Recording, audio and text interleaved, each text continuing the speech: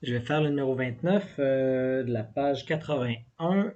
Ce qu'on nous dit, c'est qu'on a une corde qui est fixée aux deux extrémités avec des modes stationnaires consécutifs. Donc, des modes stationnaires consécutifs. Et on dit que la distance entre deux nœuds adjacents sont respectivement 18 et 16. On nous demande quelle est la longueur de la corde, première question. Donc, quelle est la longueur de la corde? Et en deux, on vous demande quelle est la fréquence fondamentale, c'est-à-dire la fréquence de l'harmonique, bon, on va dire fondamentale de n égale à 1. Donc, c'est les deux choses. Ben, la distance entre deux nœuds, on sait que ça va être la demi de la longueur d'onde. Donc ici, dans le fond, ce que je me rends compte, c'est la demi de la longueur d'onde, c'est 18 cm. Moi, je vais rester en centimètres. Et ici, ben, c'est n plus 1, mais la demi de la longueur d'onde, c'est 16. Mais dans le fond, là, ici, il ne faut pas oublier que la longueur de la corde, c'est la même corde, hein? Donc c'est la même longueur. Si la longueur est égale à une constante. Donc, qu'est-ce qui se passe? Il y a combien, dans le fond, de ventres pour chacun des modes? Mais quand tu regardes ça, dans le fond, quand tu as le mode fondamental, ça donne quelque chose comme ça.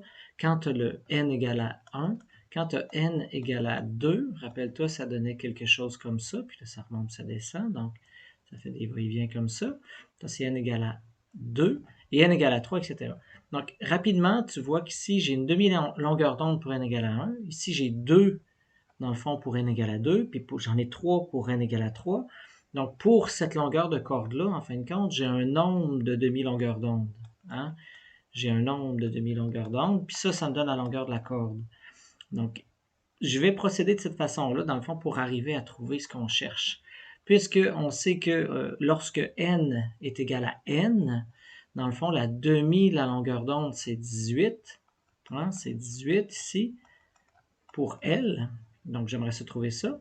Mais je sais que pour le mode consécutif, c'est-à-dire lorsque j'ai n plus 1, hein, donc je suis à n plus 1 ici, ben là, je vais avoir une demi-longueur d'onde qui vaut plutôt 16. Puis, ça va me donner la même longueur de corde. Donc là, ici, ça me fait deux équations, deux inconnues à résoudre.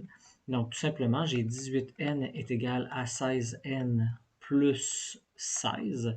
On se rend bien compte que ici, on va avoir 2n est égal à 16 et n égale à 8. Dans le fond, il n'y a pas de centimètres et centimètres, c'est excusez. Donc, n égale à 8. Donc, si n égale à 8, on peut aller chercher la longueur ici de la corde en faisant 8 fois 18. Donc, 8 fois 18 cm, on va arriver à 144 cm. On a trouvé la longueur de la corde. Donc, bon, ça c'est fait. Maintenant, ce qu'on aimerait faire, c'est trouver la fréquence fondamentale, donc la fréquence du premier. OK? Donc, on va écrire ça ici. Donc, on a trouvé 144 cm. Donc, la fréquence fondamentale. Comment je peux trouver la fréquence fondamentale? Ben déjà, on nous donne deux informations supplémentaires. Allons chercher les informations qu'on nous donne. On nous donne F est égal à 10 newtons. Puis on dit que la densité linéaire est égale à 4 grammes par... pas 5. 4 grammes par mètre. Mais dans le fond, la fréquence fondamentale, on sait que la vitesse de l'onde, elle va être constante. Puis on sait que la vitesse de l'onde, elle, est donnée par la longueur d'onde fois la fréquence. Bon, naturellement, la longueur d'onde d'un mode, puis la fréquence d'un mode, ça va me donner la vitesse qui est égale. Parce que peu importe le mode, la vitesse de l'onde, elle ne change pas. Parce qu'on n'a pas changé la tension, puis on n'a pas changé la corde, le type de corde. Donc, en bout de ligne, ce que je pourrais écrire, c'est 1. Hein, dans le fond, la longueur d'onde 1 puis Fn1 dans le fond. Ou je peux le laisser général aussi pour que vous le voyez de façon générale. Donc, en bout de ligne, ce que je veux que tu vois quand que je fais ça, c'est que je peux isoler la fréquence. Je me rends compte que la fréquence n, ça va être la vitesse sur la longueur d'onde, n. Puis la vitesse, qu'est-ce qu'on connaît sur la vitesse? Hein? Donc, au niveau de la vitesse, il y a quelque chose qu'on peut aller chercher. Donc, on sait que c'est la racine de la force sur la densité linéaire. OK. Donc là, on s'enligne bien. Maintenant, quelle est la longueur d'onde? Bien, là, la longueur d'onde, on avait comme trouvé un truc tantôt. Hein? J'avais dit n, longueur d'onde sur 2, c'était la longueur de la corde. Hein? Donc, peut-être que je pourrais modifier ça puis isoler la longueur d'onde n.